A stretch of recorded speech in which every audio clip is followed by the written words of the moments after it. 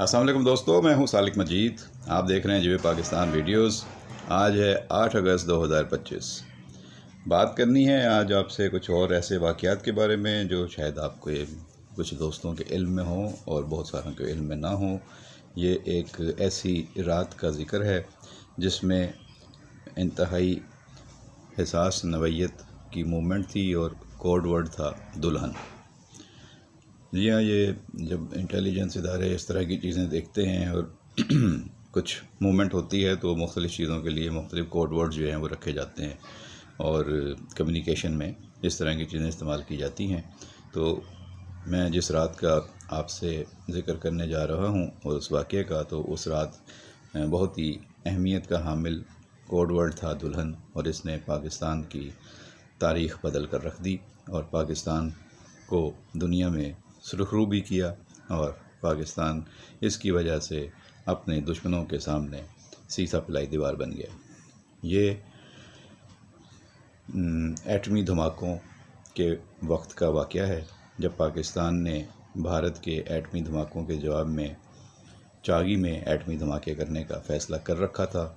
پوری دنیا سے پاکستان پر پریشر تھا کہ آپ بھارت نے جو کیا سو کیا، لیکن آپ نیوکلیئر ایکسپیریمنٹ مت کریں اور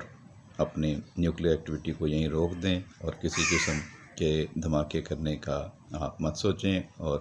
اگر آپ ایسا کریں گے تو پاکستان کو بہت سارے ڈالر بھی ملیں گے، پاکستان کے قرضوں میں بھی ری ایڈجسٹمنٹ ہوگی، اور شاید پاکستان کو ذاتی طور پر بھی بہت سے لوگوں کو بھاری رقوم کی آفر کی گئی تھی. پاکستان میں بہت پریشر تھا. وزیر اعظم تھے اس وقت پاکستان کے محمد نواز شریف، اور انہیں امریکی صدر کے بار بار فون اور پیغامات آ رہے تھے، اور انہوں نے اس تمام تر صورتحال کو کس طرح دیکھا اور اس وقت کی سیاسی اور عسکری قیادت نے کس طرح اس پریشر کو ہینڈل کیا. کیونکہ پاکستان کو انڈیا کے ایٹمی دھماکوں کے بعد اپنے ایٹمی دھماکے کرنے کے لیے کچھ وقت ظاہر ہے درکار تھا. ہم ویسے تو ایٹم بم تیار کر چکے تھے، لیکن اس کے دھماکے کرنے کے لیے سائٹ کا انتخاب بھی کیا گیا تھا، اور اس کو وہاں تک چیزیں پہنچانا ہے اور ایٹمی دھماکے کر کے دنیا کو یہ بتانا تھا کہ ہمارے پاس یہ صلاحیت موجود ہے. تو اس کی تیاری کے لیے کچھ وقت درکار تھا، چند دن یا چند ہفتے. لیکن یہ ہے کہ اس کو جتنا تیزی سے ہو سکتا تھا اس کام کو کرنے کی ہدایت کی گئی تھی خفیہ طور پہ. اور دوسری طرف دنیا کا جو پریشر آ رہا تھا، جو وفود آ رہے تھے، جو فون آ رہے تھے، جو کہا جا رہا تھا کہ آپ مت کریں، تو اس پریشر کو بھی ہینڈل کیا جا رہا تھا. اس دوران حکومت پر تنقید بھی ہو رہی تھی، عوام میں بے چینی بڑھ رہی تھی، اور لوگ چاہ رہے تھے کہ فوری طور پہ انڈیا کے دھماکوں کا جواب دیا جائے، کیونکہ اگر پاکستان نے فوراً جواب نہ دیا تو انڈیا زیادہ شیر بن جائے گا. اور انڈین منسٹرز کی طرف سے اس وقت جو ہے وہ گیدڑ بھپکیوں کا سلسلہ شروع ہو گیا تھا کہ ہم پاکستان کے اوپر اٹیک کر دیں گے، یا وہ سمجھ رہے تھے کہ پاکستان جواب نہیں دے رہا، تو اس کا مطلب ہے کہ پاکستان کے پاس کوئی ایٹمی صلاحیت موجود نہیں ہے، یا پاکستان اس حوالے سے جو باتیں پھیلاتا رہا ہے وہ درست نہیں ہے. آپ کو یاد ہوگا کہ اس سے پہلے مشاہد حسین سید ہی ایک گانے میں جو ہے وہ کلدیپ نیر کو لے کر آئے تھے، اور پھر وہ صدر ضیاء الحق سے ملے تھے. اسی طریقے سے صدر ضیاء الحق انڈیا گئے تھے کرکٹ میچ کے دوران اچانک، اور وہاں راجیو گاندھی کو بتا کے آئے تھے، اور اس طرح کی چیزیں ہو چکی تھیں کہ پاکستان کے پاس ایٹم بم ہے. یہ بات ہے لیٹ 80s کی. تو اس زمانے سے ہی دنیا کو یہ پیغام تو مل چکا تھا کہ پاکستان نے ایٹمی صلاحیت حاصل کر لی ہے، لیکن ظاہر ہے کہ عملی طور پر ایٹمی دھماکے نہیں ہوئے تھے. یہ 98 میں اس وقت ہوئے جب انڈیا نے دھماکے کر لیے، اور اس کے جواب میں ہم نے 28 مئی کو ایٹمی دھماکے کیے، جس کو آج ہم یوم تکبیر کے نام سے یاد کرتے ہیں. تو یہ جو ایٹمی دھماکے کرنے کا ایک پروسیس تھا، اس سے پہلے جو سارا وہ بہت ہی جو لوگ اس میں انوالو رہے ہیں وہ بڑا سیکرٹ تھا. اس میں بہت سارے راز تھے، اور اس میں بہت ساری چیزیں جو ہیں وہ کلاسیفائڈ رہی ہیں. اور اب چونکہ بہت وقت گزر گیا ہے تو اب بہت سی چیزیں جو ہیں وہ انفولڈ بھی ہوئی ہیں. بہت سے لوگوں نے انٹرویو بھی دیے ہیں، کچھ کتابیں بھی آئی ہیں، کچھ چیزیں اور ڈاکٹر خان نے بتائیں، کچھ چیزیں جو ہیں ان کے ساتھ جو مزید سائنسدان تھے انہوں نے بتائیں، کچھ اس وقت کے افسران نے چیزیں شیئر کیں، تو سیاستدانوں نے بھی چیزیں شیئر کی. پھر حالات بہت بدلے، اوپر نیچے ہوئے. ہم یوم تکبیر کے بعد بہت سارے مسائل سے گزرے، اور ہم نے پہلے تو جگہ جگہ ایٹم بم کے وہ چاگی کے پہاڑوں کے ہم نے ماڈل تیار کر کے لگائے تھے مختلف شہروں میں. پھر ہم نے غوری میزائل اور سارے میزائلوں کے جو ہیں وہ ماڈل لگائے تھے اپنے ایئرپورٹس پہ اور شہر کی مختلف شاہراہوں پہ. اور آہستہ آہستہ وہ چیزیں ہم نے مشرف کے دور میں دیکھا کہ وہ سب چیزیں واپس ہو گئیں، کہیں پہ ماڈل کو آگ لگ گئی، کہیں پہ کوئی مسئلہ ہو گیا، تو وہ آہستہ آہستہ ساری چیزیں منظر سے غائب ہو گئیں۔ اب اس کے پیچھے کیا وجہ تھی وہ آپ سمجھ سکتے ہیں، لیکن وہ چیزیں شروع میں بڑے جوش و جذبے کے ساتھ ہم نے لگائیں اور بعد میں پھر ان چیزوں کو ہم نے آہستہ آہستہ پیچھے کر لیا، کیونکہ ہم نے ایٹمی دھماکے کر لیے تھے۔ جو دنیا کو بتانا تھا مقصد وہ ہم نے حاصل کر لیا ہوا تھا، اور انڈیا کو قطعاً یہ توقع نہیں تھی کہ پاکستان ایٹمی دھماکے کر گزرے گا اور پاکستان انٹرنیشنل پریشر کو جو ہے وہ سسٹین کرے گا اور پریشر کے سامنے نہیں جھکے گا۔ تو وہ جو ایٹمی دھماکے پاکستان نے کیے وہ اس کے لیے بلوچستان کے چاغی کے پہاڑوں کو بہت پہلے سلیکٹ کیا جا چکا تھا، اور ان کے اندر باقاعدہ سرنگیں تیار کی گئی تھیں، اور ان سرنگوں کے اندر نیچے جا کے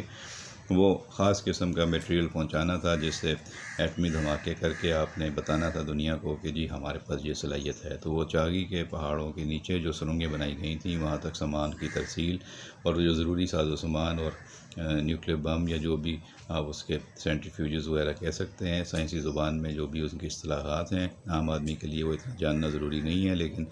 یہ جاننا ضروری ہے کہ وہاں تک تجربہ کرنے کے لیے، ایٹمی دھماکوں کا تجربہ کرنے کے لیے جو ساز و سامان چاہیے تھا، جو مختلف قسم کے ہتھیار وہاں پہنچانے تھے، یا جس طریقے سے بھی وہاں پہ چیزوں کو لے کر جانا تھا، اس وقت پوری دنیا ہمارے اوپر مانیٹرنگ کر رہی تھی کہ ہماری نقل و حمل دیکھی جا رہی تھی، سیٹلائٹس ہمارے اوپر لگے ہوئے تھے، اور ہماری ایک ایک موومنٹ جو ہے وہ دنیا نوٹ کر رہی تھی۔ تو ہم نے ان سب چیزوں سے بچا کے وہ ساری موومنٹ بھی کرنی تھی، اس لیے یہ فیصلہ کیا گیا تھا کہ ساری نقل و حرکت جو ہے، جو جتنا بھی ساز و سامان ہے، وہ چاغی کے پہاڑوں میں رات کے اندھیرے میں پہنچایا جائے گا، اور دن کے اوقات میں کسی اور جگہ پہ ایکٹیویٹی رکھی جائے گی، تاکہ لوگوں کی ڈائیورژن بھی ہو، لوگوں کی توجہ، جو انٹرنیشنل جاسوس ہیں یا جو انٹیلیجنس ادارے ہیں یا جو سیٹلائٹ میں ہمیں مانیٹر کر رہے ہیں یا جو بھی ہماری موومنٹ کو دیکھ رہے ہیں، آبزرو کر رہے ہیں اور اس کے حوالے سے وہ اپنی تیاری کر رہے ہیں، تو وہ ان کو ڈائیورٹ کیا جائے۔ تو ایک طرف ڈائیورژن تھی، ایک مختلف جگہوں پہ ایکٹیویٹی اس طرح کی شو کی گئی دن کے اوقات میں کہ انہیں لگے کہ شاید وہاں پہ ان علاقوں کی طرف کوئی موومنٹ ہو رہی ہے، اور پھر کچھ علاقوں میں یہ دکھایا گیا کہ جہاں پہ بتایا جاتا تھا کہ یہاں پہ ہمارے ایٹمی دھماکوں کی چیزیں جو ہیں ایٹم بم کی وہ رکھی ہوئی ہیں، تو وہاں بالکل خاموشی رکھی گئی تاکہ انہیں یہ اندازہ ہو کہ ہم تو کوئی ایسی ایکٹیویٹی نہیں کرنے جا رہے۔ تو مختلف قسم کے پلانز تھے جن پر بیک وقت کام ہو رہا تھا۔ وزیر اعظم اور صدر اور جو سیاسی اور عسکری قیادت تھی ٹاپ کی، ان کو اس چیزوں کا پتہ تھا، چند لوگوں کو، باقی سب لوگوں کو بہت ساری چیزوں کا پتہ نہیں تھا، کیونکہ اس معاملے کو بہت ٹاپ سیکرٹ رکھا گیا تھا۔ تو جب وہ ساز و سامان وہاں پہنچانا تھا چاغی میں، اس رات بہت زیادہ سیکیورٹی تھی، اور اس کو بہت چابک دستی کے ساتھ، ہوشیاری کے ساتھ اور کمال مہارت کے ساتھ سب چیزوں کو وہاں تک پہنچانے کا جو آپریشن تھا اس کا ایک نام رکھا گیا تھا، اور جو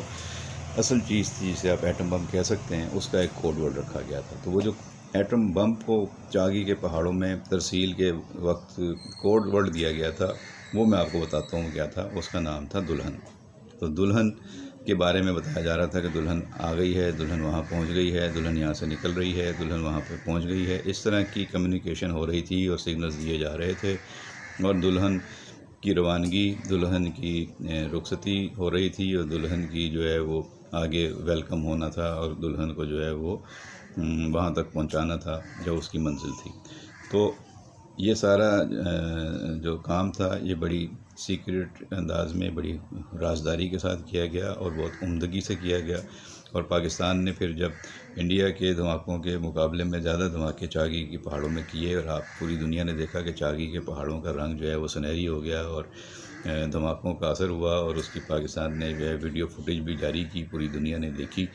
تو سب نے یہ پھر مانا کہ پاکستان کے پاس ایٹم بم موجود ہے، پاکستان نے ایٹمی دھماکے کر کے اپنی ایٹمی صلاحیت، اپنی نیوکلیئر پاور ہونے کی صلاحیت کو ثابت کر دیا ہے، اور پاکستان نے اس سلسلے میں کسی قسم کا دباؤ قبول نہیں کیا۔ تو پاکستان کا ایٹم بم بنانے کا سفر جو سابق وزیر اعظم ذوالفقار علی بھٹو کے دور سے شروع ہوا تھا، جب انہوں نے کہا تھا کہ ہم 1000 سال تک گھاس کھا لیں گے لیکن ایٹم بم بنائیں گے، کیونکہ انڈیا نے ایٹم بم جب بنا کر ہمیں مجبور کر دیا کہ ہمیں اپنا ایٹم بم بنانا پڑے، ورنہ اگر انڈیا کے پاس ایٹم بم رہتا اور ہمارے پاس نہ ہوتا تو آج انڈیا ہمارا کیا حشر کرتا۔ یہ اب آپ نے اسرائیل کے ہاتھوں جو دوسرے ملکوں کی درگت بنی ہے وہ آپ جانتے ہیں، امریکہ کے ہاتھوں جو دیگر ملکوں کی، خاص طور پہ مسلم ملکوں کا حال ہوا ہے وہ بھی آپ جانتے ہیں۔ تو اس لیے اسرائیل اور انڈیا کا جو گٹھ جوڑ ابھی حال ہی میں پاکستان کے خلاف جنگ میں سامنے آیا، اس سے اب یہ بات آپ کو اچھی طرح سمجھ میں آ جانی چاہیے کہ اگر انڈیا کے پاس ایٹم بم ہوتا اور پاکستان کے پاس نہ ہوتا تو اس خطے کے حالات کیا ہوتے، اور انڈیا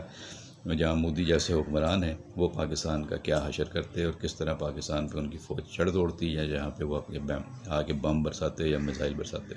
تو اللہ کا شکر ہے کہ پاکستان ایک ناقابل تصغیر قوت بنا ایٹمی دھماکوں کے ذریعے، اور یہ جو دلہن کوڈ ورڈ تھا یہ اس دن کامیابی کے ساتھ اپنے آپریشن کو کامیاب کرتا ہوا، ایٹمی دھماکے کرتا ہوا پاکستان کو دنیا میں ناقابل تسخیر قوت بنانے میں اس نے ہمکنار کیا۔ آج ہم اگر بیٹھے ہوئے ہیں اس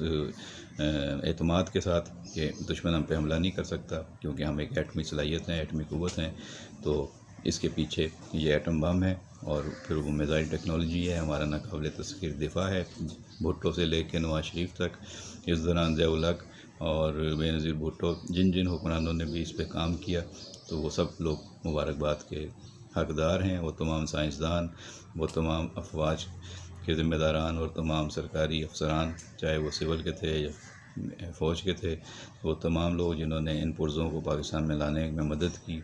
چاہے وہ بدنام تھے یا چاہے وہ اچھے نام والے تھے، لیکن خفیہ طور پہ بہت ساروں نے اس کام میں حصہ لیا۔ یہ ایک قومی کاز تھا، نیشنل کاز تھا، اور اس میں جس نے جو دام میں در میں سکھ نے کردار ادا کیا، وہ سب ہیرو ہیں۔ کچھ گمنام ہیرو ہیں، بلکہ زیادہ تر گمنام ہیرو ہیں، اور کچھ سرعام ہیرو ہیں۔ تو سب کو سلام، سب کا آپ احسان نہیں اتار سکتے کہ انہوں نے آپ کی آزادی کے لیے، آپ کی ملک کی خود مختاری اور آزادی اور سلامتی کے لیے اپنی جانیں خطرے میں ڈالیں، اور کچھ نے شہادتیں دیں، اور کچھ نے جو ہے وہ